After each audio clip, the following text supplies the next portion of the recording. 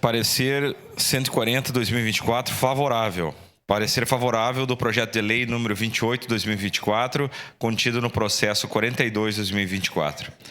Recebe esta Comissão de Desenvolvimento Urbano, Transporte e Habitação, para análise e emissão de parecer, o projeto de lei acima descrito de autoria do Poder Executivo, que altera dispositivo da Lei 8.882, de 10 de novembro de 2022, que denomina Via Pública Municipal do Distrito de Vila Seca com o nome de Estrada Municipal Anatália Gazana Marchesi.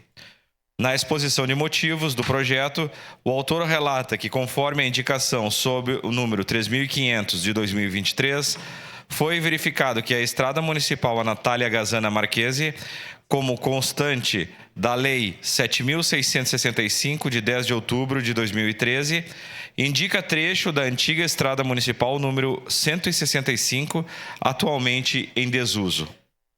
Informa que a via atualmente utilizada, ligando a Rota do Sol à comunidade de Nossa Senhora Aparecida, é codificada pelo número 242101.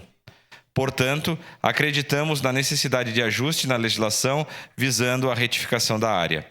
Ante o exposto, esta Comissão de Desenvolvimento Urbano, Transporte e Habitação se manifesta de forma favorável à aprovação do presente projeto. Caxias do Sul, 21 de março de 2024, 149 anos da colonização e 134 da emancipação política.